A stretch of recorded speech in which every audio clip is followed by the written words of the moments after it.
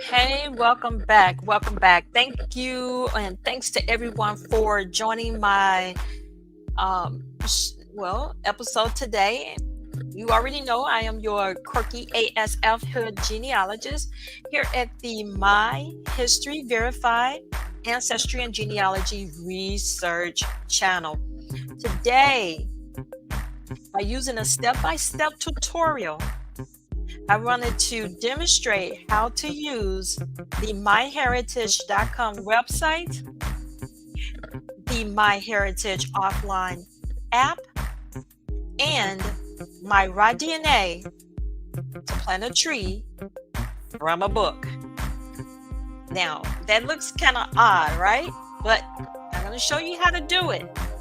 And I know it was out of order. It should have been my raw DNA, then the myheritage.com website, I think, and then using the offline app. But nonetheless, I am going to show you how to plant a tree from a book.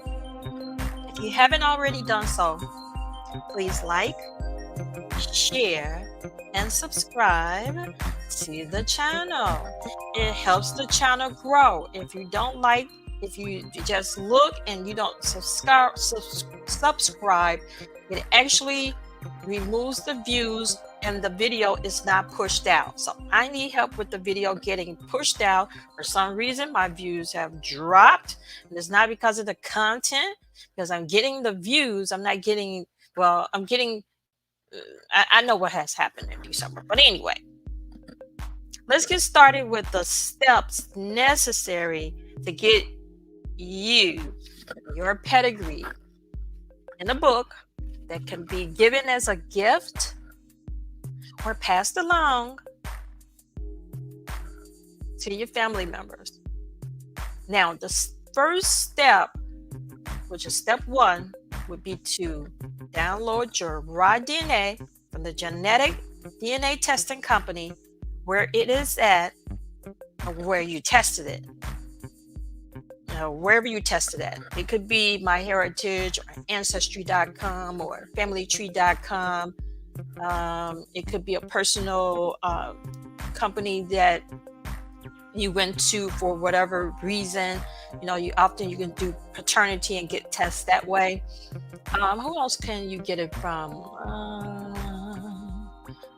Family Tree DNA, I believe I said. A load of other ones. Right now, yesterday I went over taking your raw DNA and uploading it to my true ancestry. Right? But I'm going to demonstrate today. So let's go ahead and get started.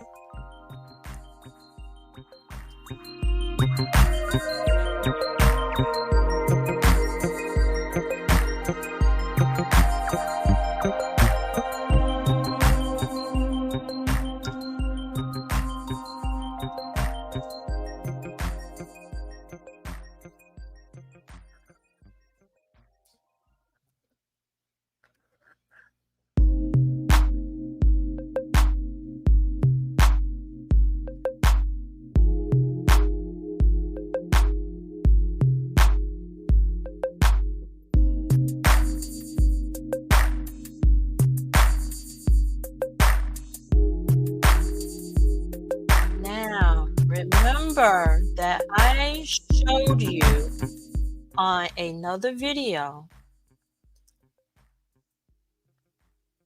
how to, where to go within at least the ancestry.com website to get your raw DNA. Let me refresh this page. Okay, there we go. All right.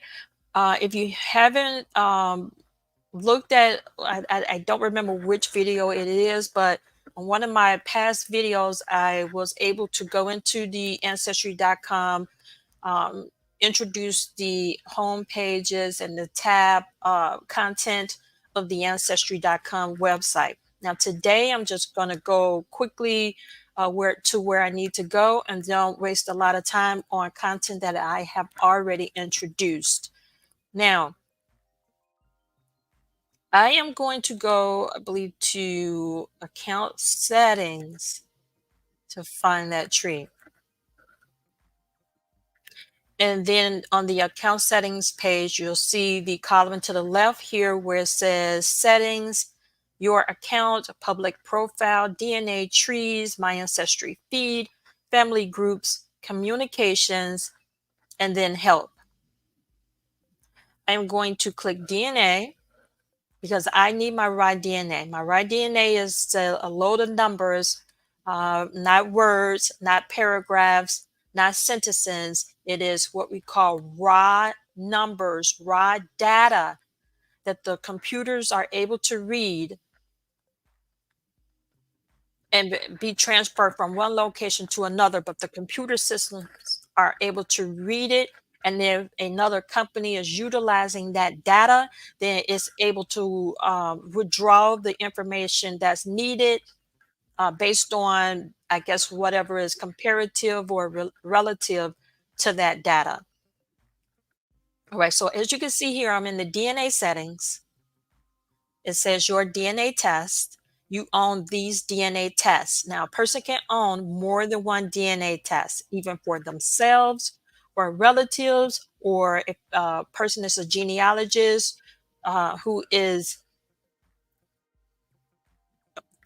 taking a test or creating trees and doing the footwork for someone else, they may have more than one tree attached, more than one DNA test, and more than one tree attached to their genetic results company. So I'm going to go ahead and click this. I'm going to arrow down, scroll down to the bottom where it says download or delete. You can download this DNA data or permanently delete this test. So it's important not to click the wrong or select the wrong items and then push the wrong buttons, because you can accidentally delete your test. At one point, it used to be very easy to push this button by accident, but now they created it where there's more than one step to get to it, and then they will ask you to confirm whether you want to delete the test or delete the entire profile, which is a huge precaution step that was so necessary from accidentally deleting the test. Okay, so I'm going to go ahead and click download the DNA test. You can download a zip file of your DNA data. Download data is subject to Ancestry DNA terms and conditions and Ancestry DNA privacy statement. What is DNA? Where am I at? Okay, the checkbox says, I understand that after I download my DNA data, it will no longer be protected by Ancestry, and I will assume all risk of storing, securing, and protecting this information. All right, so I'm going to go ahead and click this and then select continue. It says, check your inbox. We've emailed you instructions on how to download your data. This email may take up to 24 hours to show up in your inbox. Return to your DNA settings. All right, so I'm going to go out of here. And rather than go to my email account, I'm going to pretend that the email was forwarded to the email account. I opened the email up, and then the email would say, let me go. I'm gonna not gonna pull it up, but give me 1 second. I'm gonna see how I can display that.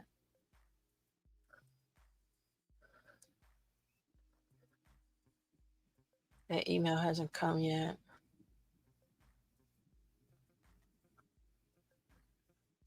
So we're gonna assume. Let me see if I have an old one. Ancestry raw DNA upload or download.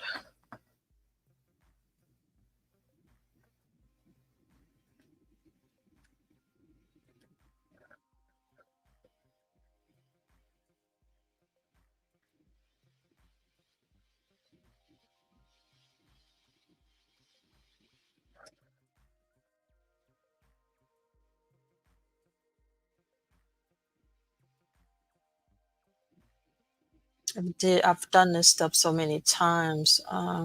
Okay, so we're gonna assume that an email, and step out of your political correct box where it says assuming stuff is bad for the universe. You don't want to accuse someone of something, but it's okay to assume something and be able to talk about it, be a theory, or it ends up being actually proven. All right. So I go to my email account, and then there is an email from Ancestry that says you ordered your raw DNA, and then it will ask you to select to make sure that you did that you did the request, and then you select it, and then that DNA will come back to your email account, and then you will be able to download that email to your computer. Now, I am going to take you into my computer because I believe I have more than one of that raw DNA download. So I want to show you how it looks.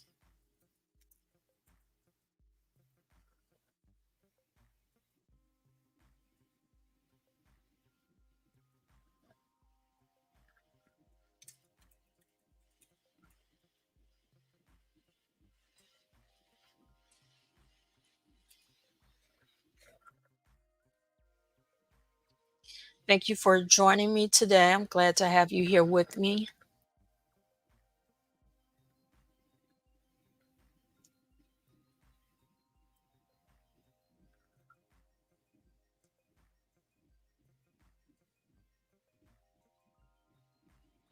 That raw DNA is called.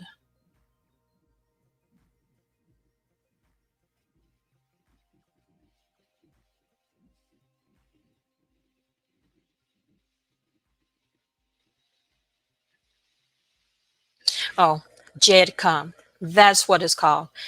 Give me a second.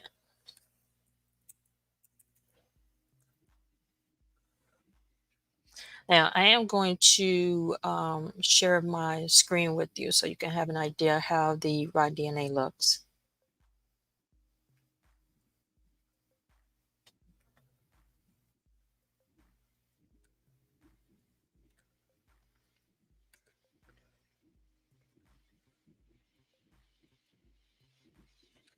Oh, no, not that. Okay. Um, it's a file folder. Almost there. Give me a second. All right, here we go.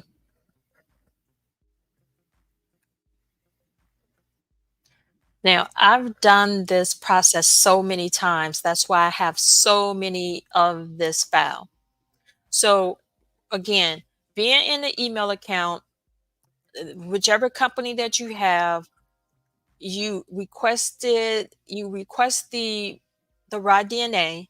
They let you know that we sent it to your email.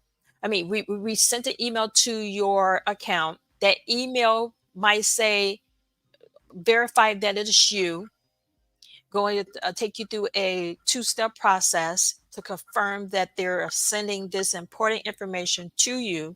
You verify that information, and then they'll let you know that we are beginning to process your raw DNA request. Then um, I've seen some come back in 20 minutes. I've seen some come back in 5 minutes. I've seen raw DNA requests where the entire file comes back in 24 hours.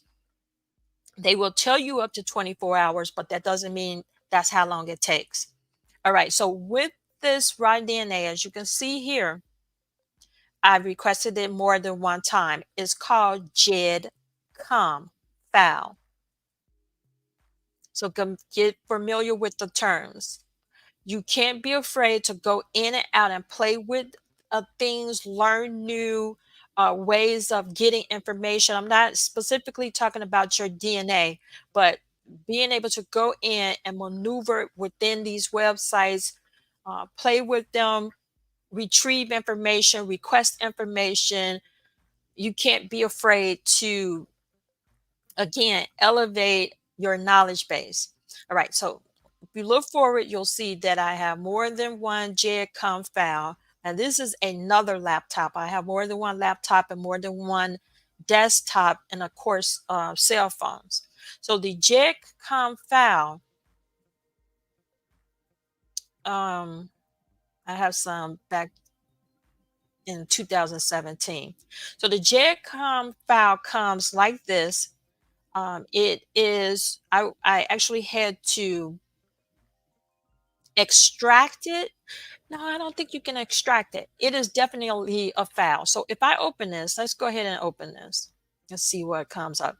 Now, as soon as I right clicked, the drop down list has open with, share, open file location, compressed to a zip file. Now remember, I've already extracted this, so that's why it's not compressed. So they're asking me, do I want to compress it again, make it a zip file again, which is easier to send to other people. This file has been opened. If I go into, I don't want to go into this orange little icon here, which is my heritage. I wanted to show you how the JEDCOM files look. There is nothing but like numbers 0, 1, 2, 3, 4, 8, 7, 6, 5, 4, 3 going across. Um, Let me pull up something to give you a visual of how a numerical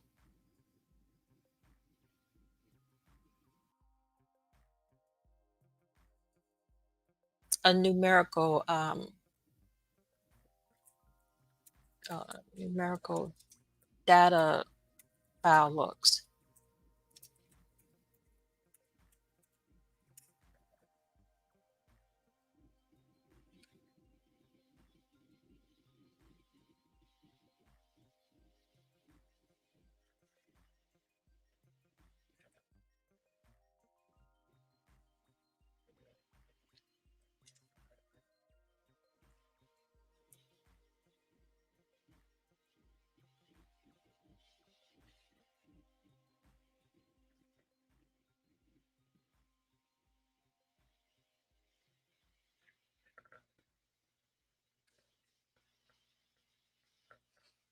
This is not exactly what I was hoping to share, because I've seen better files of sample raw data.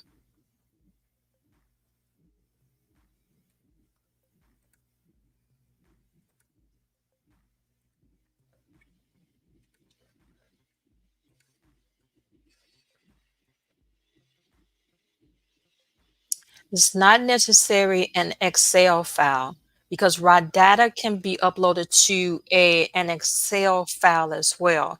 But I'm looking more of for a sample of nothing but numbers all the way across. I'm talking about thousands upon thousands of numbers.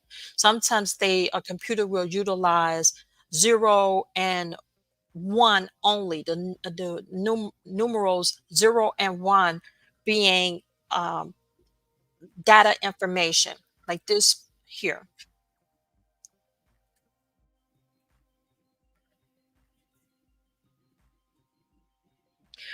But imagine that on a sheet of paper.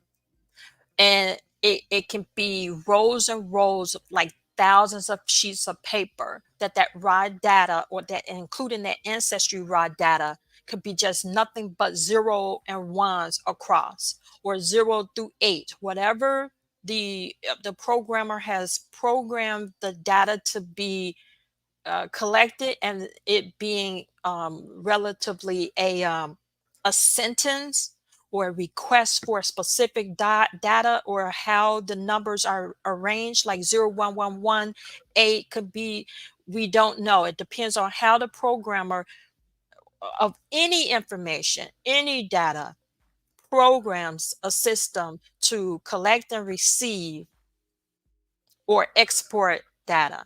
Okay, so but imagine that on a on a plain sheet of paper.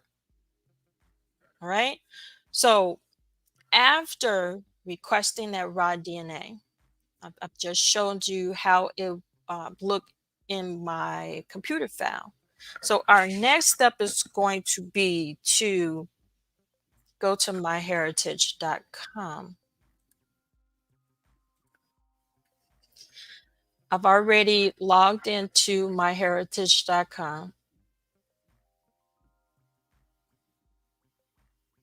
Now, again, I've already shared with you, I'm not really happy with some changes that they've done about a month ago, because they took my Mesoamerican, which would lead me to the Incas and the Mayans, away from me.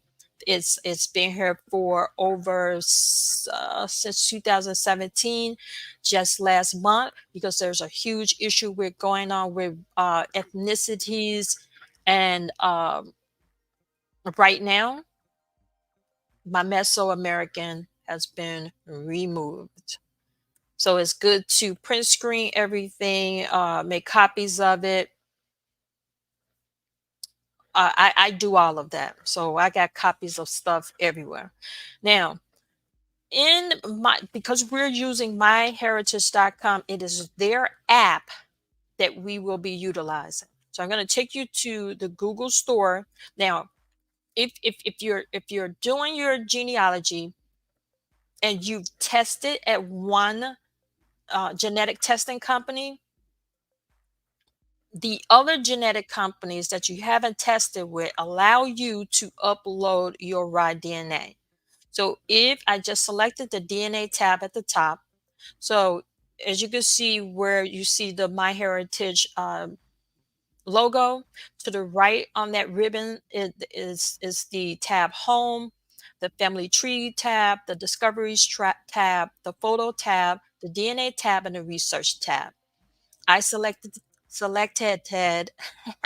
DNA tab.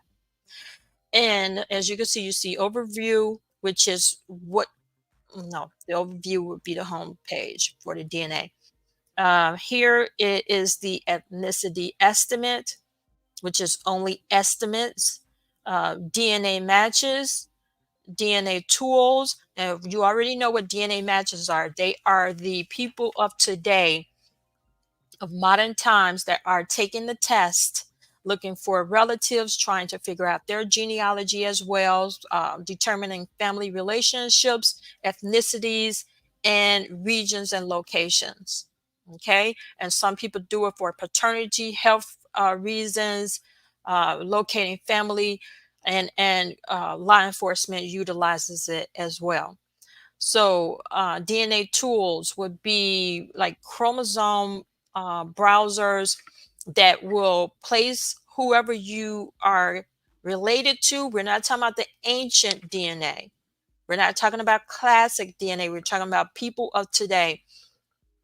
The tools, such as the chromosome browser, will place on, like for instance, your fifth cousin, and it'll start with you, and then it'll say you, and then the next match that's closer to you would be in that range, and then the next cousin, and it can be a fan. It depends on how many relatives that you are related to. and it will give you a distance from you all the way going back. So the further back could be fifth generation, sixth generation, 10th generation. So that's what those DNA tools are. And there's probably more tools within that particular tab. The DNA, managed DNA kits. Remember, more you can have more than one kit for yourself, and you can also manage kits for other people. They don't even have to be your relatives. Upload, I'm going to skip down here, order DNA kits. And as you can see, it is on sale for $36. Now, please do know that I am not uh, paid for mentioning my heritage, my ancestry.com, but I utilize what I am showing you. I utilize their resources. Okay, so this is not an endorsement or a paid endorsement. Is none of that. I actually utilize these resources. Now I'm going to go back up to upload DNA data. So I'm going to click it.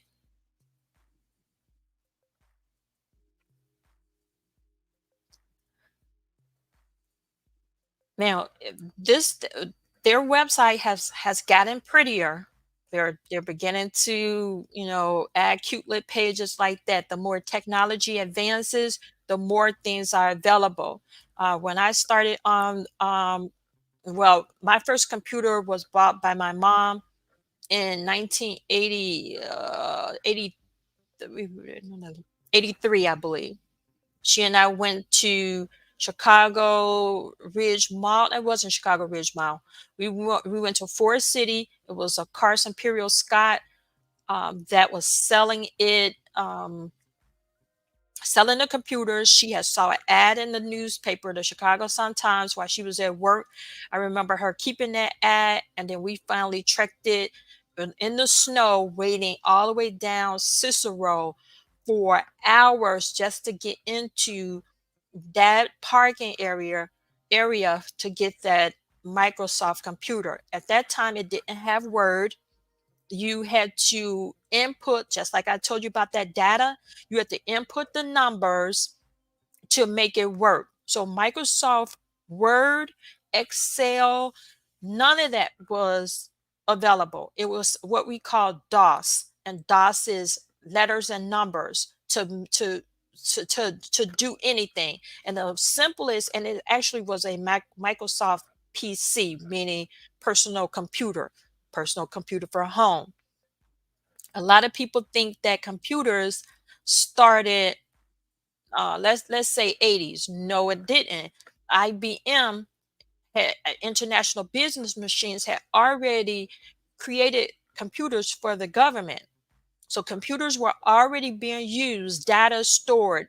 They created a home computer for home, but it didn't have Microsoft Windows. It didn't have Google. It didn't have AOL. None of that was created in 1983, even though they had sold the computers. Okay, so I've seen things evolve over time. I've seen technology evolve over time. Now, this particular page, upload DNA data. If you or your family members have already taken a DNA test with another provider, you can upload the DNA data to MyHeritage and receive DNA matches for free. And if you haven't already taken the test, it says you can order it. Let's see what this asterisk says. Receiving DNA matches and contacting them is free and unlimited, unlocking additional DNA features with the chromosome browser, ethnicity estimate, shared ancestral places. They've since changed that too, and more.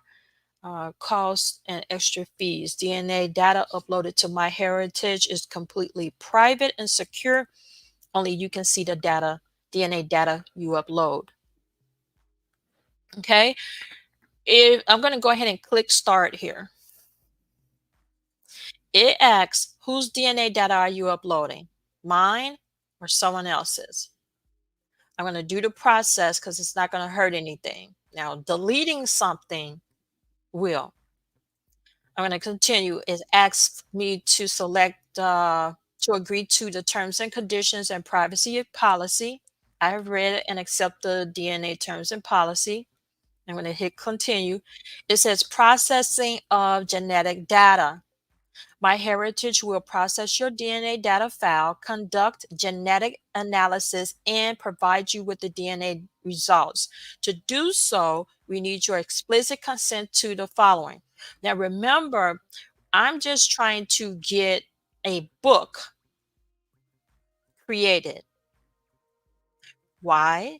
Because they have an excellent system for creating that book. And I'm going to tell you later that is free. I mean, well, I'll tell you now, it is free. Wait till you see how the book looks. Okay, it says MyHeritage will collect and process my DNA data and other sensitive personal information such as my ethnicity or geographic origins. MyHeritage will process my DNA. Down here it says I explicitly consent to MyHeritage processing my DNA data file. I'm going to click it because I might not go all, through all the steps. Just trying to show you how it looks. It says upload for personal use. I confirm that the DNA data I'm uploading is not related to any law enforcement or forensic investigation. Enabling DNA matches. That means that if somebody is doing this, and they're trying to evidently MyHeritage does not allow law enforcement to use the data. I believe Ancestry does, and I know for a fact Match does because it's listed on our homepage, and we had to agree or accept or say that we didn't approve of the allowing it to happen. So with that statement, that gives me an indication that they haven't agreed that law enforcement can upload. I don't know. Enabling DNA matches as part of the DNA services. MyHeritage may compare your DNA results to other MyHeritage members to see if you have DNA in common. This is called DNA matching and is done to indicate a possible family relationship. If you choose to enable DNA matches, your DNA kit will participate in DNA matching. So that you have the ability to turn it off where you don't want to receive anyone else information from anyone else who has taken the test. So these pages or these databases are user friendly for their client. So if you don't want those DNA matches and you just want to see your DNA, create a tree or utilize other services, you have that ability. So I'm going to go ahead and just click yes. Do you want to enable DNA matches for this kit and explicitly consent? Now my kit is already here. So I'm just doing this so you can see. Sharing data with DNA matches. Would you like to share your ethnicity estimate and genetic groups with your DNA? So I'm going to select yes. Would you like to allow your DNA matches to view shared DNA segments and download shared segment data? I'm going to select yes. Now, I'm going to click continue. It says, do you want to participate in research? Now, do you give consent to participate in DNA research projects? I think I've said yes in the future, in the past. So I'm going to go ahead and select no and see what happens. They give me a list of what I've already accepted. And then it asks me to upload. So that's where I'm going to stop for this presentation. Now I'm going to go over here to the right of this box and read this. It says discoveries are a few simple steps. You're going to download your raw DNA data from your provider, Ancestry, Family Tree, 23andMe, and then it gives you a link here how to download. Then after that, you're going to second upload the raw DNA file to MyHeritage, which you've already, what I've showed you. I pretended that I requested it.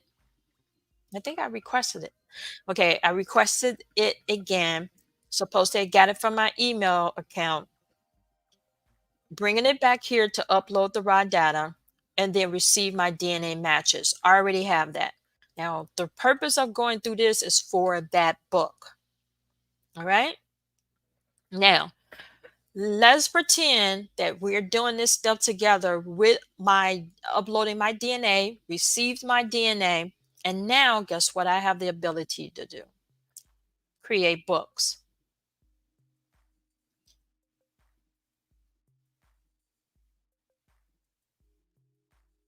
Okay, so there's two tabs.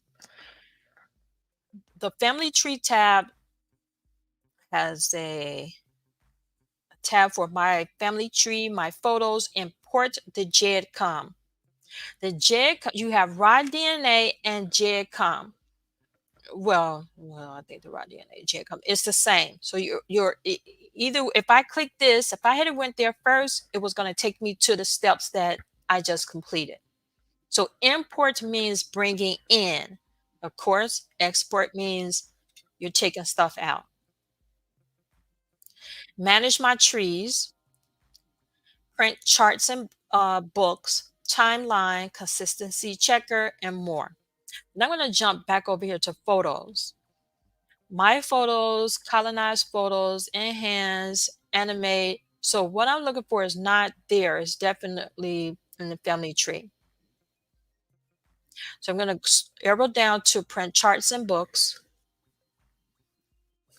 Here you are able for free to print a chart. I don't think they do a lot of generations here. But guess what? It is cute, it is handy, and it makes a great gift or something that you want to put on your wall, hang it on your wall, pass along to your children, grandchildren.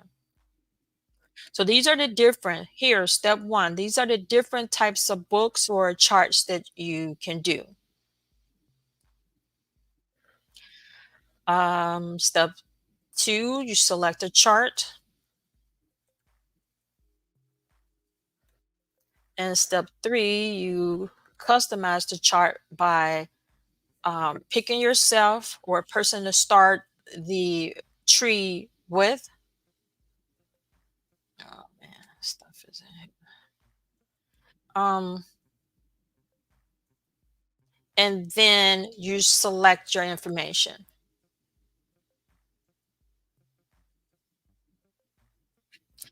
I've already created charts. So I'm going to show you how long I've been doing this. I've deleted some. I think this is 6 years ago at the bottom down here. So as my tree grow, I try to come back so that I can add more of the newly founded ancestors or relatives to this database, which you're taking your family tree. Now it's two different things. Your raw DNA and your family tree are two different files. So wherever you had your test at, you should have, if you created a tree, you should have data from your tree and data from your DNA. Okay, so I've created these books in the past. I've also created a poster. Now, this is where we're going to, because it has my DNA. I mean, yeah, it has my tree and my DNA. So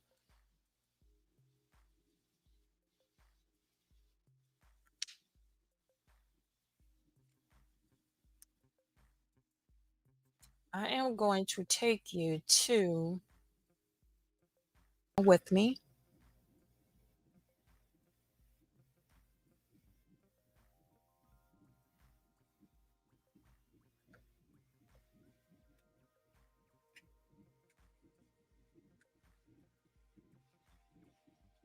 I don't know why it's going slow. I don't have a slow computer at all. Like I say, something happened on December 1st, where after that my views have been suppressed, and any of my commands are moving slow. All right, so we're going to go to the Google store, and we're going to search for the MyHeritage app, not the one for I also have on my cell phone or my smartphone, the MyHeritage app. of course, I have the ancestry.com app.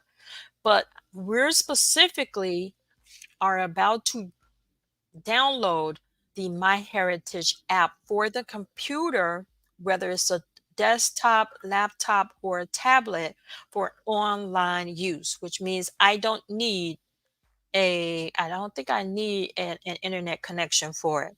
So I'm going to type in MyHeritage.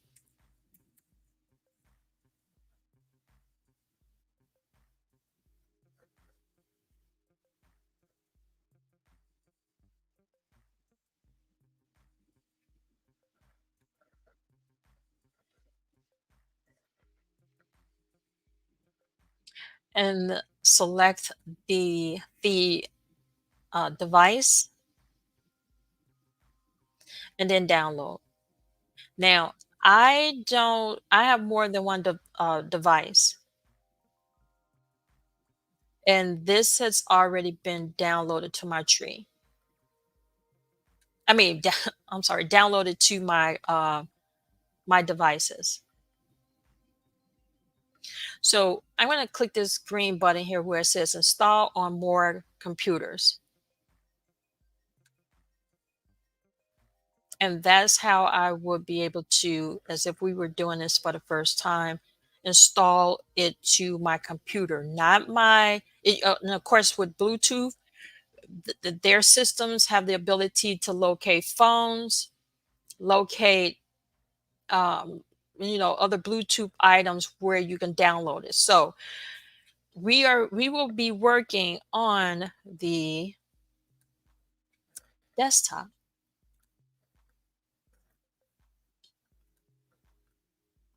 I'm going to show you.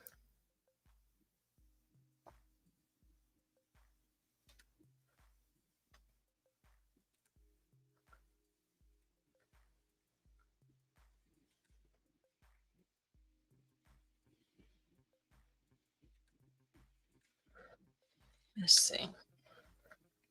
Can you see my desktop? I don't think so. Okay, let me do this again.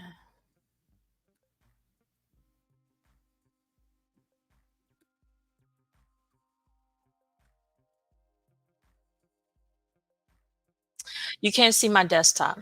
All right. So on my desktop, after downloading the MyHeritage app from the App Store, and when you first log on and all of those apps or folders or files are on your desktop, that's where that app is. For some reason, I can't bring that up. So I'm going to take you to the actual app.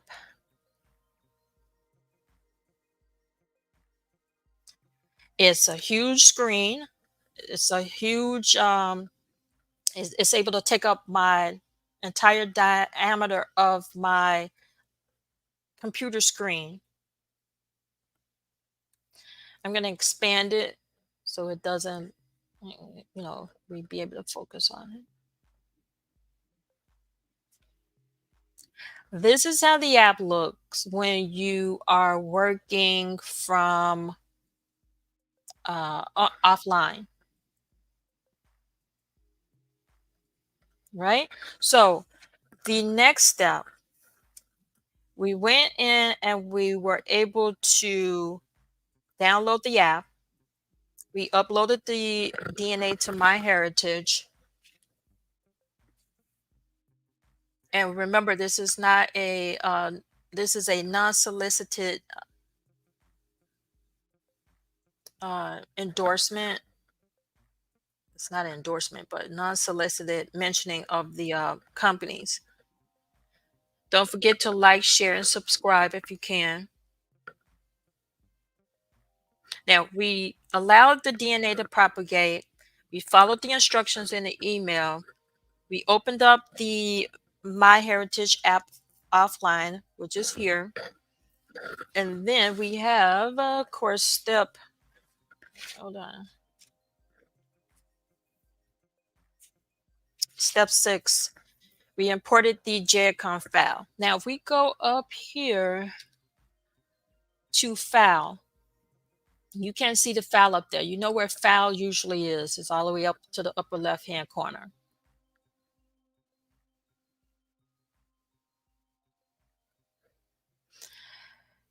Scroll down. You will see import JCOM, export JCOM. Remember when I took you to my computer and we looked at the files and you saw that those files were called JCOM? This is where I would import because I want to bring that file in to the MyHeritage system so that it sees my tree. So there's two different files, your tree and your data file. All right, so my tree is uploaded. My JCOM file is uploaded. So now we're going to go ahead and we are going to go across the ribbon and select the reports file. And then select book report. So when I say ribbon, the ribbon is at the top and it goes across. And then you have your different icons and tabs. Select reports. Now it asks me, the wizard will guide you through the process of producing the book report for the following person. Now I already selected, so I'm going to take that out so that, well, I guess it's not. So I'm going to select. So it's going to allow me to, so that you can see what I selected. I selected myself. You already know that my name is Lenora. I selected myself to be the starting point of my book. Like your trees, it starts with me. Now, if you're working on someone else, you're going to select someone else's name. I can't start with my grandmother. I can't start with my grandfather if I wanted. But I'm starting with me because I then want the next family relationships, which would be my parents, and then their parents, and then so on and so forth. So I'm going to select myself.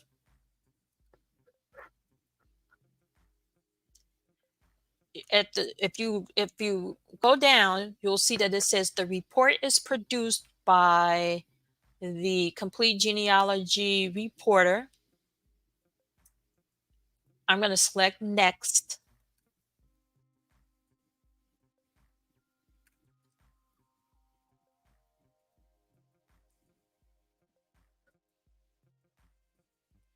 It asks me to select the sections that will be displayed in the book report. So that would be ancestors, descendants, direct relations. Somehow that's not selectable.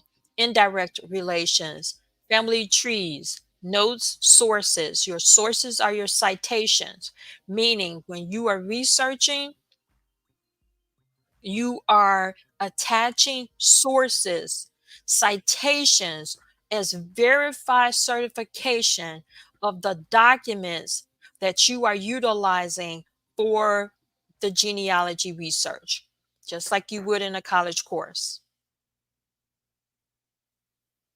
So this book report options that MyHeritage has created within their system allows you to be able to attach sources.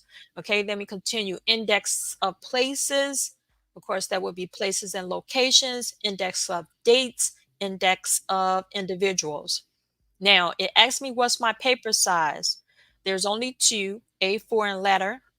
I'm going to go ahead and, well, letter is already selected. And then I'm going to hit next. It begins to process my request.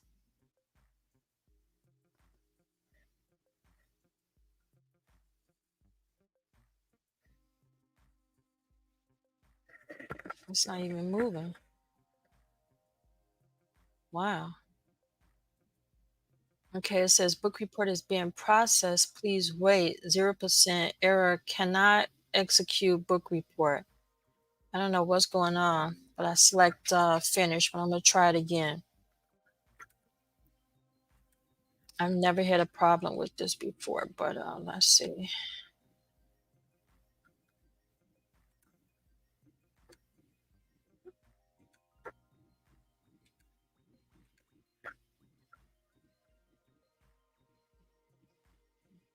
Now, usually when I'm selecting this, that meter is running past 0%, and it would have already been at 90% already, completing, taking the information and the data and creating the book. They're not hurting me because I have books. So I don't know why that's doing this. All right. So again, where it says 0% here, when I clicked next, that legend would have been going from 0, 5, 20, 30, 50 in 90% in less than a minute, creating that book. And when it fills here, I select finish, and then that book downloads to the bottom left, and I'm able to get that book. Now, don't worry because I already have lots and lots of these books. Now, I'm going to go back to the reports folder because that book didn't do what it was supposed to do. I'm going to take you to that book anyway.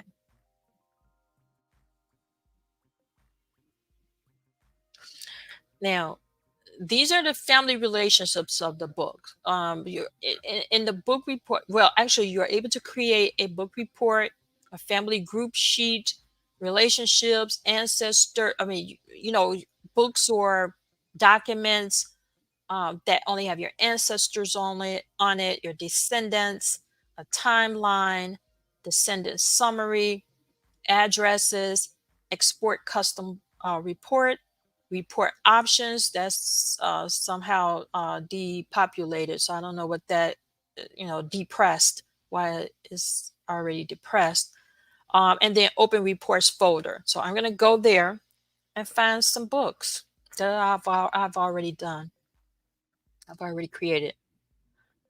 Today is the 5th, 609. Nothing's in there.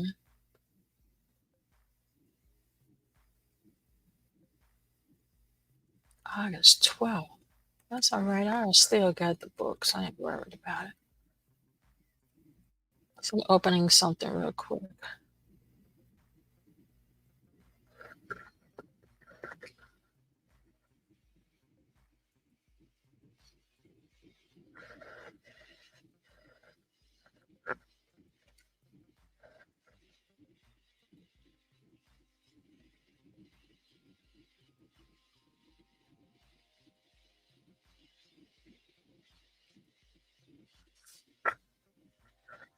All right, something going wrong on my end, but it looks like things are going slow. Don't know why, but I am gonna keep going because you already know I got those reports. I already showed y'all them when we did that Jeb match search for that raw DNA.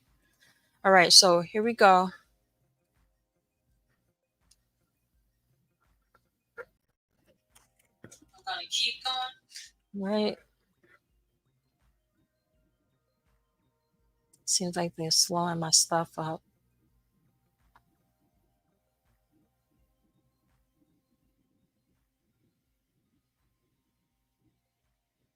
All right, August 12th, 307.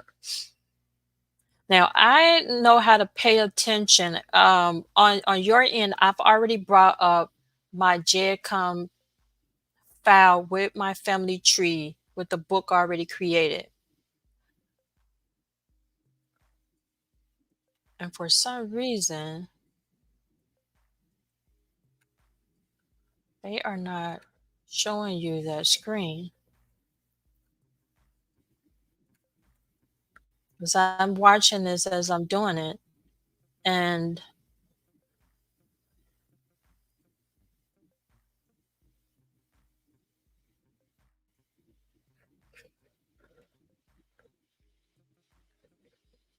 Okay, not outsmart them. All right, so what I'm going to do is take you guys off of that and take you to this report that you see how the report look because they are controlling my computer right now.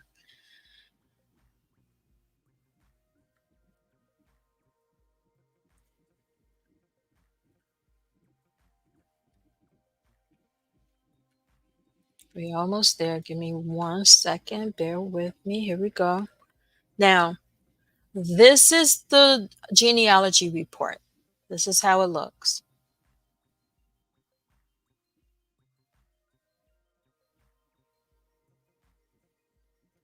I believe I have like 97,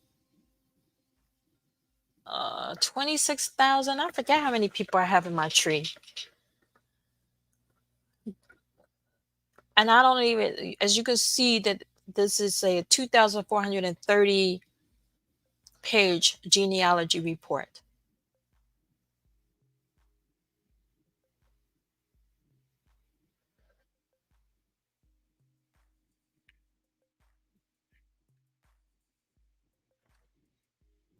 Doesn't mean everything is in here because um,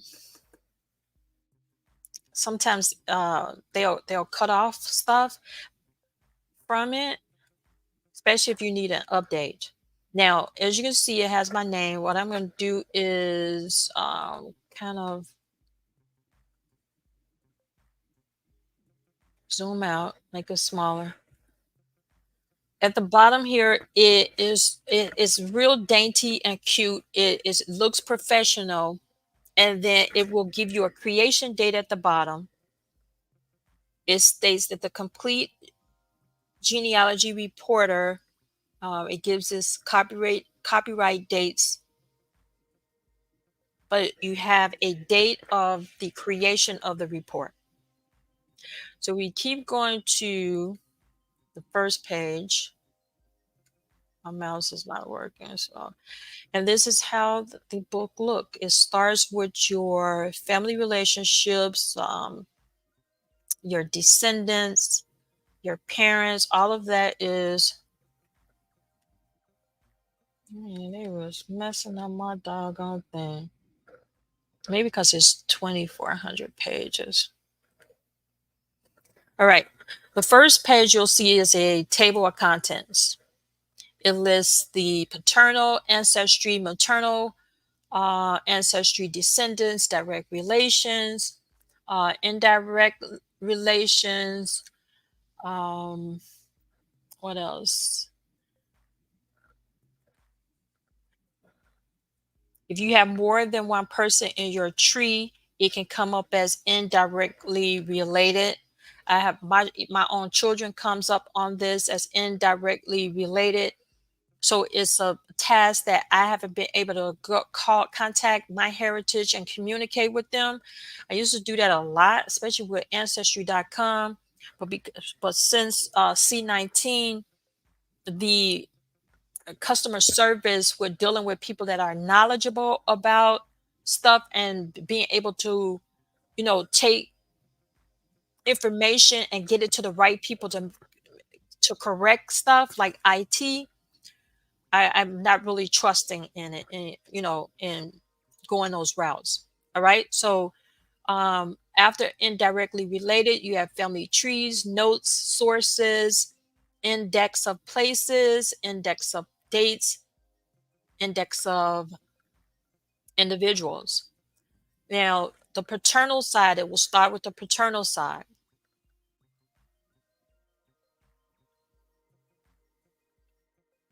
This tree, for some, okay, I'm just gonna go with it. Okay, as this is, it has my mother as paternal, so I don't know why that's like that, but this is what I'm talking about when it comes to contacting them to let them know that stuff is fixed up. So then we could continue to go. This is still supposed to be my paternal ancestry. And then the next set of great grandparents, then the next set. Still on paternal. Next set. Next set. All right. Next. Next. Next. Next. Next. I think my paternal side, which I'm looking at the names, this looks like my mother's side, even though it says paternal, goes back to the 1300s, I believe. We're past there. All right. All right. So I'm going to scroll down to find the maternal side so you can compare that. Still paternal. All right.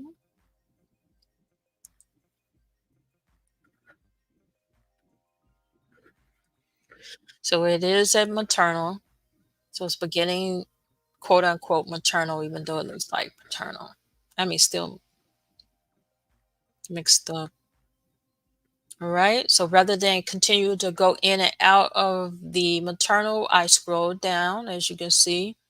Now, the next section is direct relations. It lists grandchildren, then children, and then my cousins. Generation of peers. I don't know why they put that. In that is citations, meaning they were able to verify birth certificates, verify censuses, that sort of thing. Any document that's certified, Ancestry and My Heritage, and they know that it's in the system, will certify it and put it as certified documentation. Now, if your tree is off, then they won't, like, you have more than one person in your tree for the same name, which I will allow that to happen until I am fully conscious, meaning I'm not have sleep when I'm doing it and delete something. So I have a tendency of leaving stuff in my tree because I don't want to delete it and make a mistake, because that will happen if I'm really exhausted and tired. Then the tree would be broken, and then those citations are not going to stick, even though it is that person is on that census or birth certificate or death certificate. All right. So this is how the direct relations section look.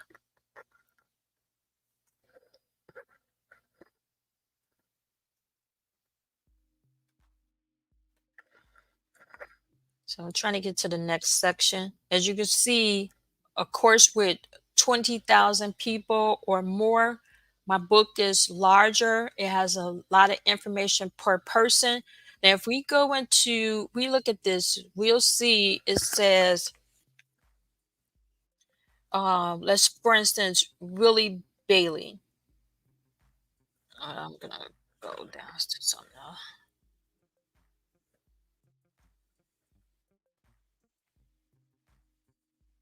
Let's go to the McCoy. And if you look at number 379, I scroll down there, I'm on page 108, and it says, did I say 379? We're going to use 380. Elsie Margaret Scott McCoy. It states that she's my cousin, twice removed, was born October 1917. Is that 17? Yes. At a Altacosa, Texas, leaving the earth January 21st, 2015, at the age of 97. She was buried on January 28th. The year is missing. Now, I have citations for her. It's saying source number 487 is unreliable for her birth. Source 17, page, I guess page 17, year 1940, The census states that she was in San Patricio, Texas, and then it lists the roll number on the enumeration district, but it claims it's an unreliable source. Now, when I first started this book in 2017, my sources were um, certified. Now, as I started building my tree, my history, I mean, my ancestry is getting messy where they're not certifying known census records and birth certificates uh, do this process. So I get irritated. Those are some of the things that I want to complain about.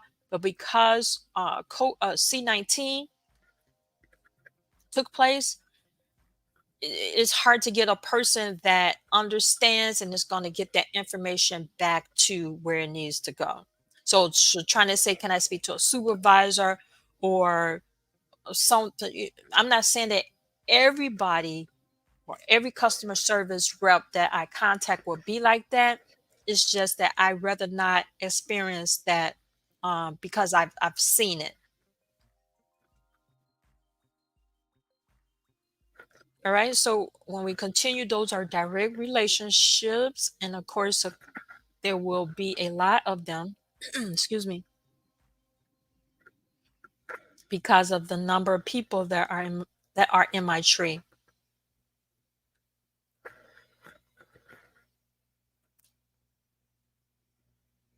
They're all ancestors as well. Some are living too. So I'm trying to get past the direct relationships. But this is how the books look once you create them. My goal was, excuse me, to put a leather binder on them for my possession, to be in my possession. Give me a second.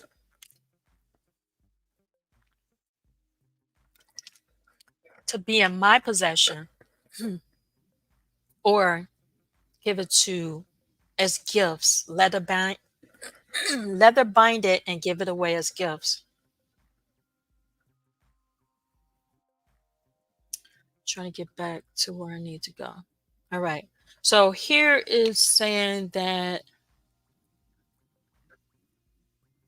what they're doing is beginning to list relatives as indirectly related. Now, the reason being is it could be a step relative, step ancestor, or a mistake in the tree that can make it be indirectly related. As I told you, they even have my own children as indirectly related. But overall, it is a very good source once they get the jinx out of it. Maybe someone is not reporting that this is what's taking place. So they won't know until it's reported to them. But if we continue, if you look at this, I think this is an excellent source to be able to to utilize and to pass along. I had plans on leather binding it and giving it away to ancestors, and of course leaving one in my possession for when myself become an ancestor.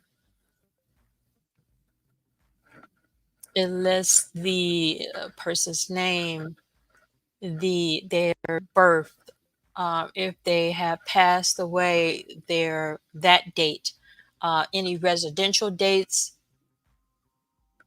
city and state, their dependents, and the generation number, as well as the family relationship, uncle, aunt, cousin, how many times removed, great grandparent.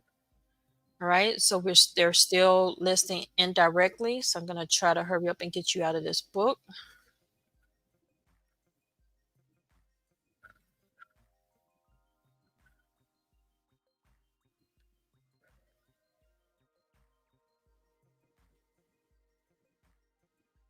What is this? My four times great grandmother.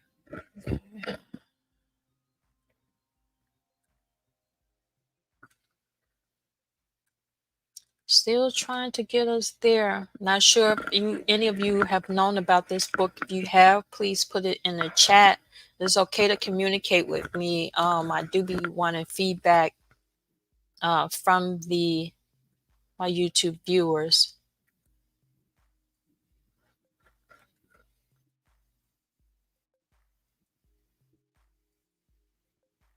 So it goes by generation. I'm trying to get there somewhere. All right, so it's another important section I want you guys to see, which would be the family tree.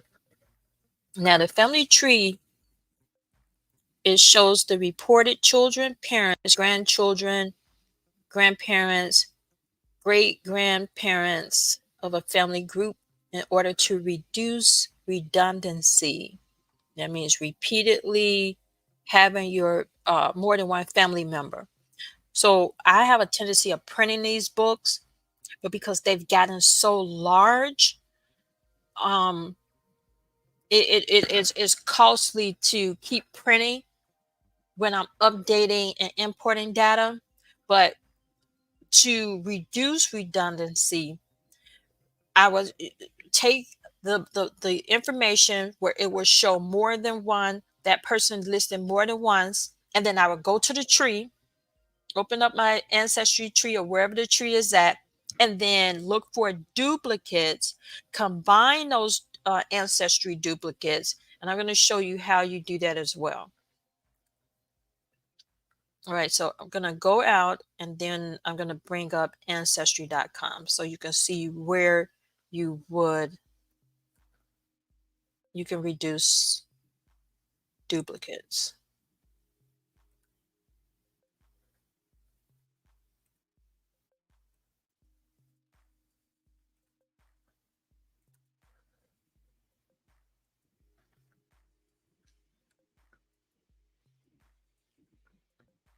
So I'm already at ancestry. I'm pulling up the tree. I am going to specifically go into my ancestor. I'm going to go into my fifth great grandmother that I was able to introduce you all to yesterday.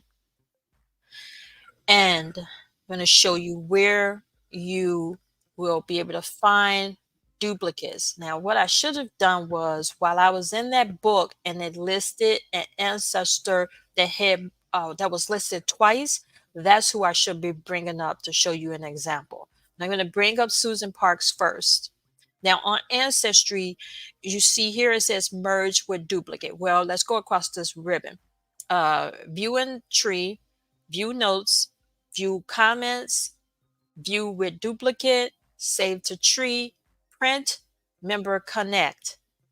Now, if I go over here to edit, some of those tools will be there. If I click on tools, some of the tools will be listed there as well. So I'm going to go and click merge with duplicate. To the left, it lists that person's name, which is Susan Parks. It tells me that I have 12 sources attached to her, which means censuses, birth records, probates, wills, any documents. Those are my sources that are attached to Susan Parks. It allows me to be able to compare the birth, meaning the year, the date, month, and year, city and state, and country, and then her place of uh, uh, quote death, and that demographic information. Now, if there was another person that had that same name, and because I know my tree, it would be over here. And okay, because I know my tree, I wouldn't assume that that wouldn't be the same person. Now, there are some people in my tree that have the same name, and you know that there's so many James, there are so many Marys, there are so many Johns, there are so many Williams, there's so Bet, Elizabeth, Nancy.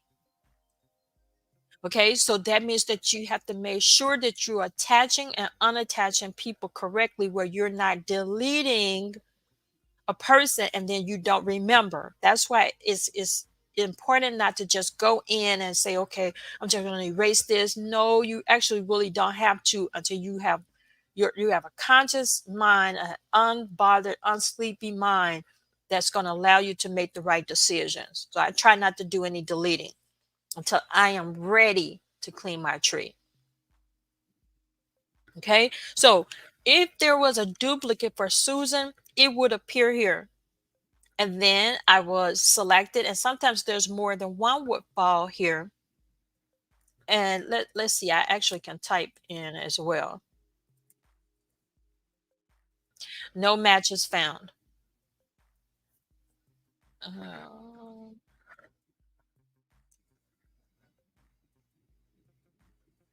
Now look at there. There is another Susan. Now, if now what the system did was look for Susan Parks, born August 18, 1883, in Wilkes County, North Carolina, USA.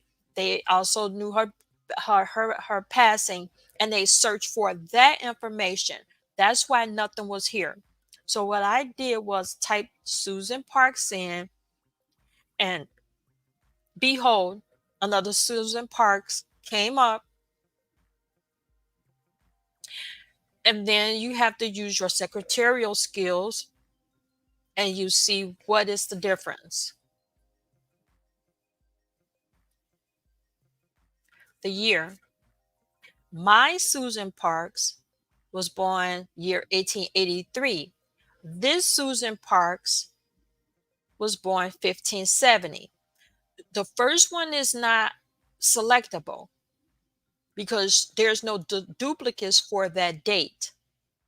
This is not even saying it's a duplicate, it's they share the same name, but they're not duplicate because the dates are totally different. So this is not my Susan Parks to merge the two profiles and making them to make them one.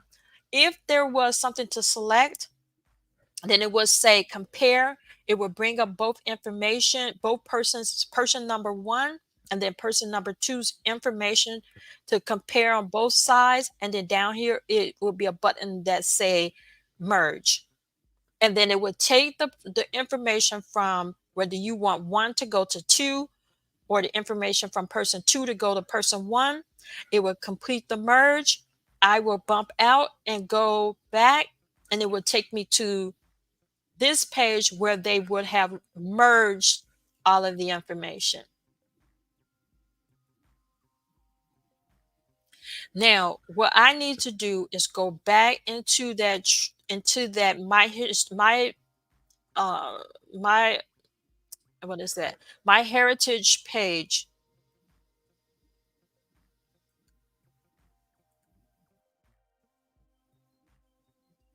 so that we can see, where is that page?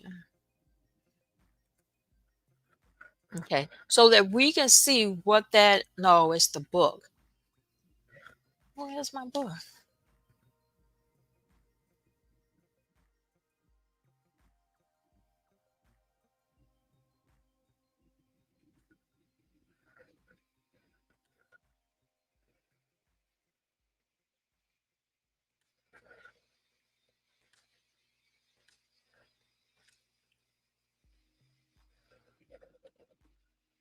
Okay, I'm looking for my book again and bring it up.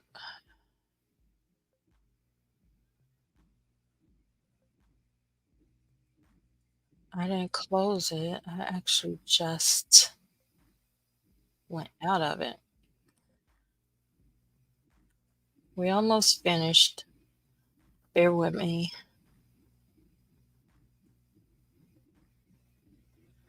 Okay, let's see.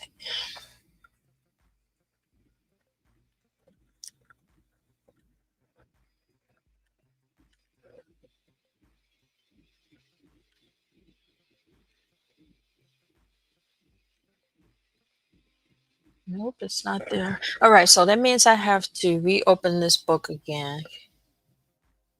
Raw data image. Okay, then stop.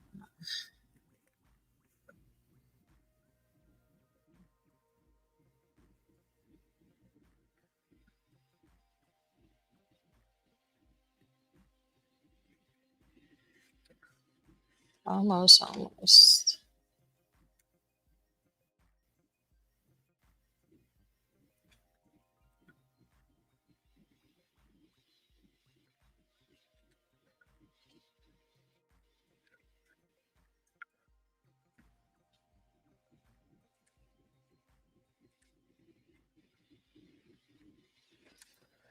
All right, so there are duplicates here. So I'm going to pick one of these persons that is on here. And then you should be catching up with me because I'm already in the PDF. Let's see who I'm going to select. I believe it's going to be Elijah Green.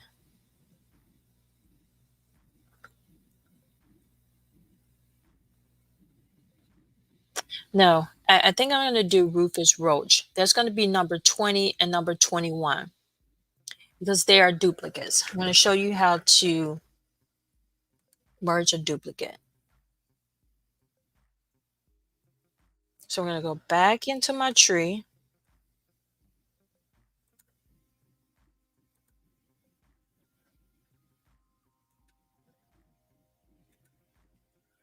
I am going to do a tree search for Rufus Roach, who is the descendant of Pocahontas' sister.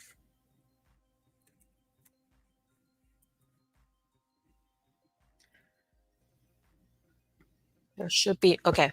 Now, you will be able to see that there are two Rufus Roaches with the same date of birth. I'm going to select one. Hopefully, I have the one that has all of the information in it.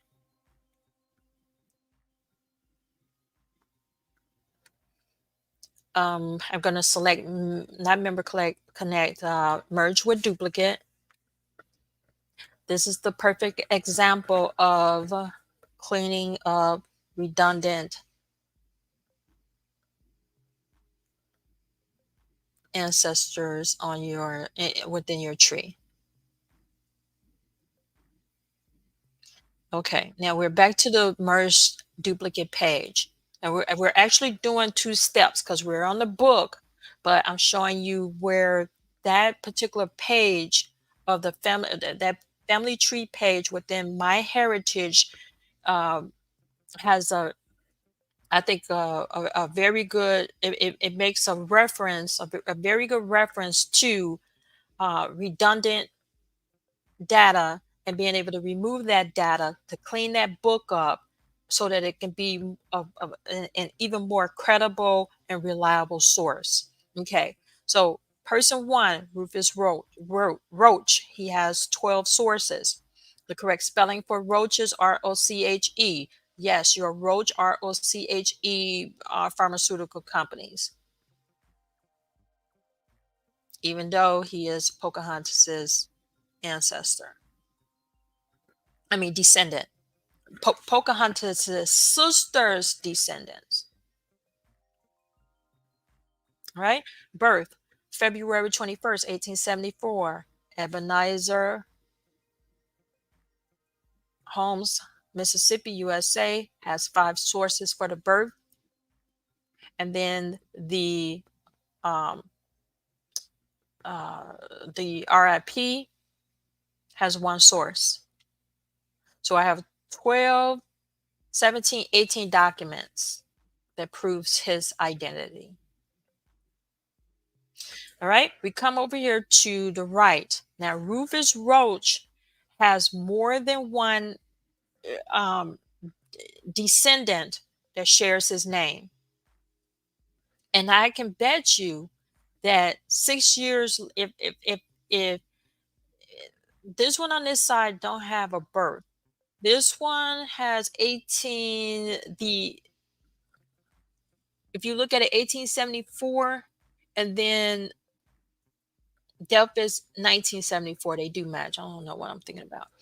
Okay? So I know that that matches. So I'm going to select that. And then the two persons have a side by side um, frame of information. The person number one still has the 12 sources of data, birth certificate, any other documents. Person number two has one source. I'm going to compare the birth, February 21st, 1874, in that city and state and county. This birth matches. Yeah, it matches. The RIP, same, match. Their father, Alan. The reason I know exactly why Alan or Cyrus was put on there. This is Cyrus. If you look that up, he is one of the American Indians who went to Congress for various reasons for Indian affairs.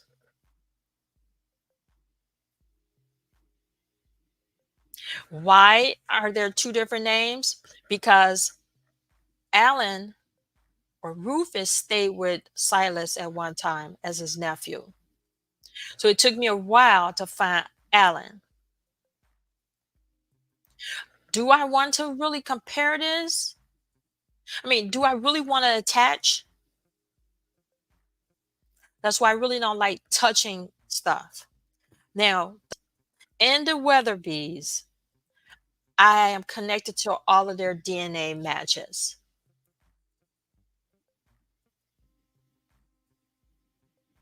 The Jeffersons I knew in 2017 lived on Indian registration, but in Indian reservations.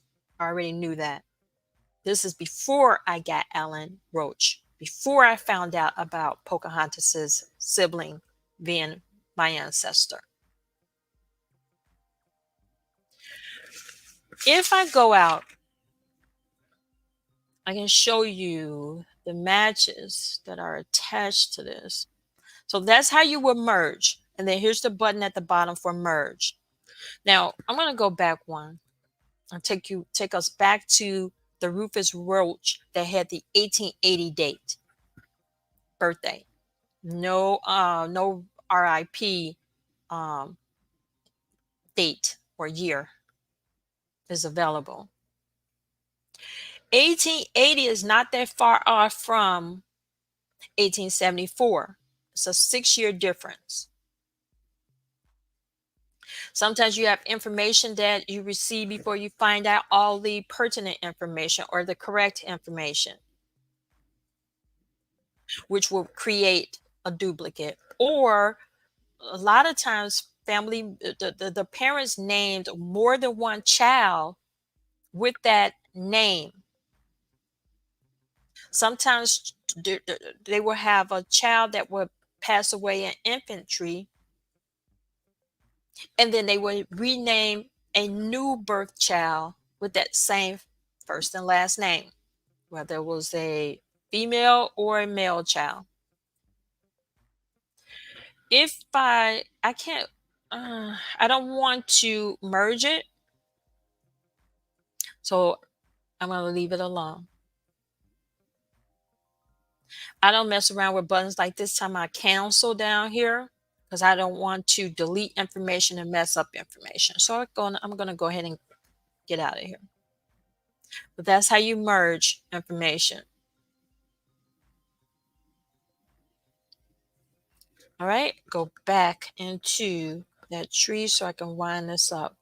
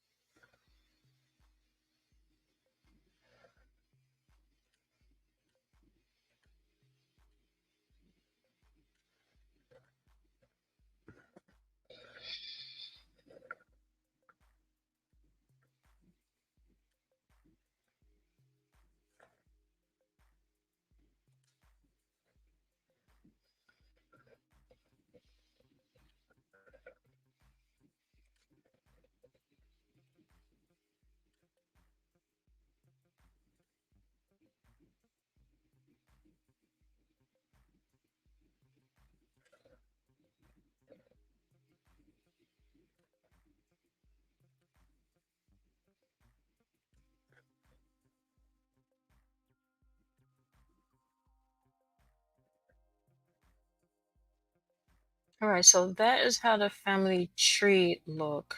There's a couple of more sections before it begins to um, change the information.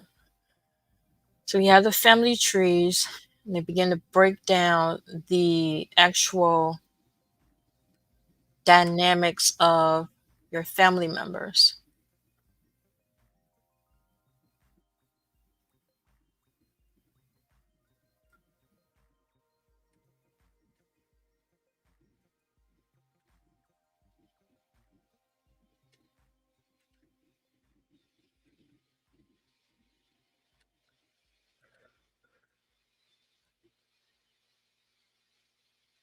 All right, trying to get us forward past a lot of stuff. This one is really, really full.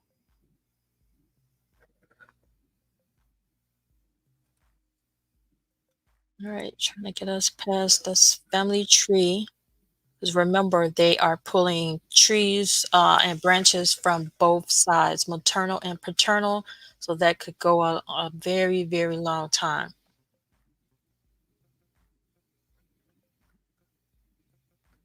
Trying to get us away.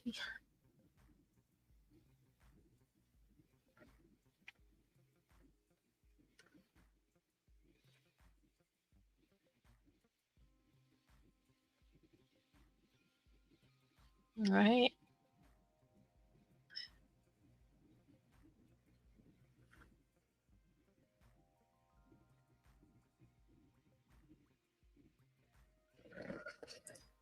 The next section is the notes. Now, if there was any notes attached to any of the family members, whether it was a great grand, a uncle, a cousin, a step parent, and I added a note in my ancestry tree, then the notes would appear here.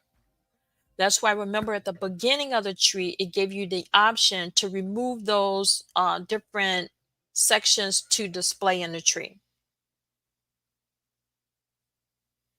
I have notes like the person is a mixed race. If you look at number 7 of the notes, you'll see where it says a Dawes roll. So whoever my stuff is, I need a mouse. All right, so we're gonna see what else we have. These are my sources.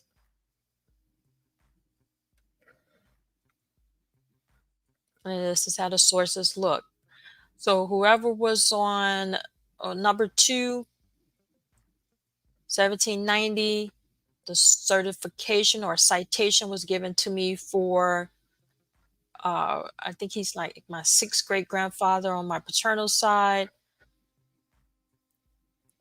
They gave me a citation, meaning they certified that that information was true.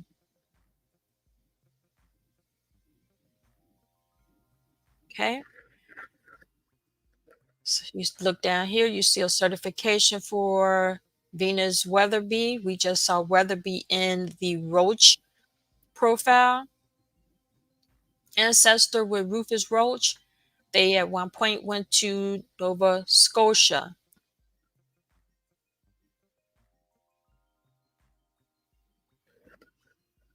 I'm going to leave these censuses and then take you to the next section of this great book.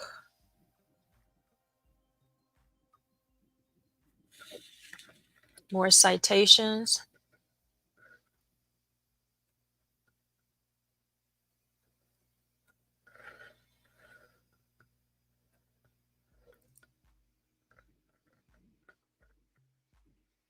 So you're building and building, you're taking your information and you're utilizing as the family historian, whether you were deemed it or not, the ancestors deemed that position to you.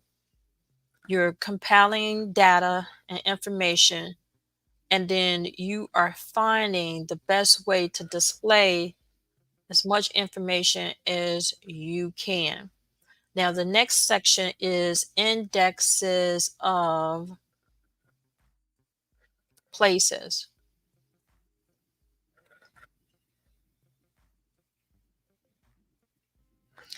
It begins to list places by numbers and then states. AL, Alabama. I have ancestors there. Alabama. All of those came from Alabama, whether it was birth or at the time that they resided there.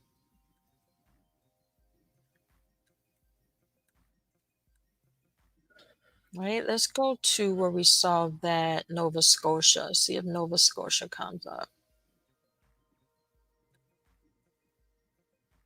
There it is down there. And actually, there is one, two ancestors. It's funny because I had the Weatherby ancestor that visited Nova Scotia, but it's that it didn't show up down here.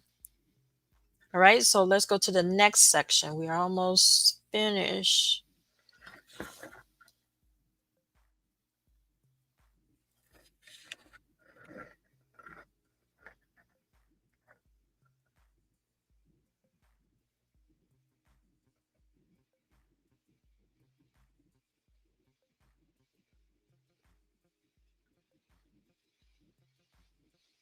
If you haven't already like, share, or subscribe the page, can you please do so now? Still looking. These are indexes of places.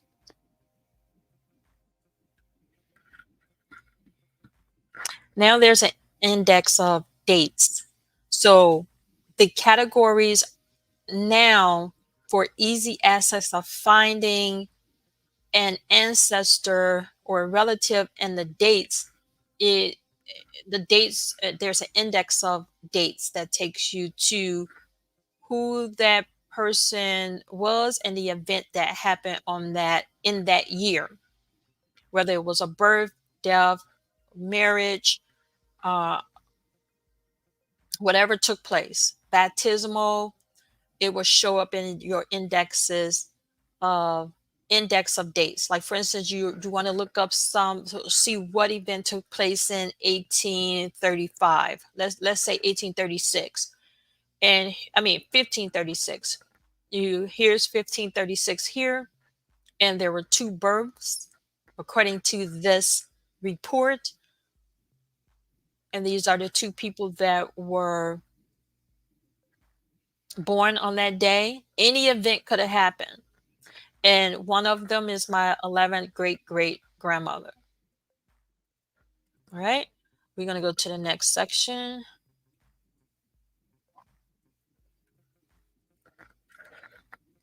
The index of individuals. There's a reference number to every person. It lets you know what tree branch they are on, what's their first and last name, and then the relationship to the person. So my great great great grandmother, it doesn't say which side she's on, will be in tree 81, and her reference number is 1845. So these are great resources to have. There should be more information at the end of here, but apparently not.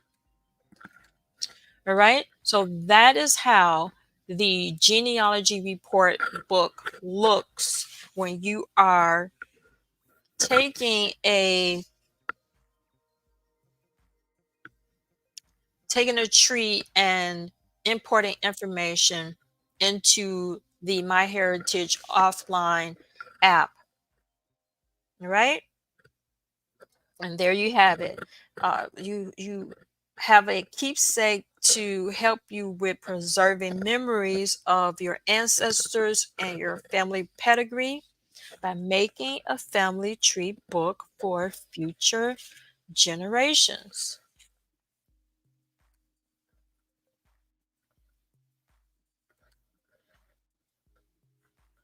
So thank you.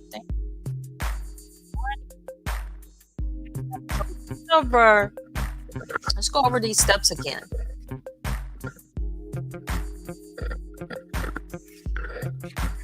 Now, step one, you download your raw DNA data from the genetic DNA testing company where it is or was tested. Then step two, you're going to download to MyHeritage app to use while offline to your computer. Step three, upload your DNA to myheritage.com. Step four, allow the DNA to propagate and follow the instructions sent to your email account. Step five, open up the offline myheritage.com app. Step six, you're going to import the JCOM file from your computer. Step seven, select the report tab from the top ribbon at the offline myheritage.com app. Step 8, select book report, then person, then next. Step 9, you select the sections to display in the book. Step 10, allow time for the MyHeritage company to create the book. Step 11, once the book finished processing, you are going to open up the book, review the information. Now, you have the ability to design covers for it, take it to a printer, or office supply stores like Office Depot, Office Max, and then that's it. You have a book to be able to share with your family members and or give as gifts, leave behind for your descendants.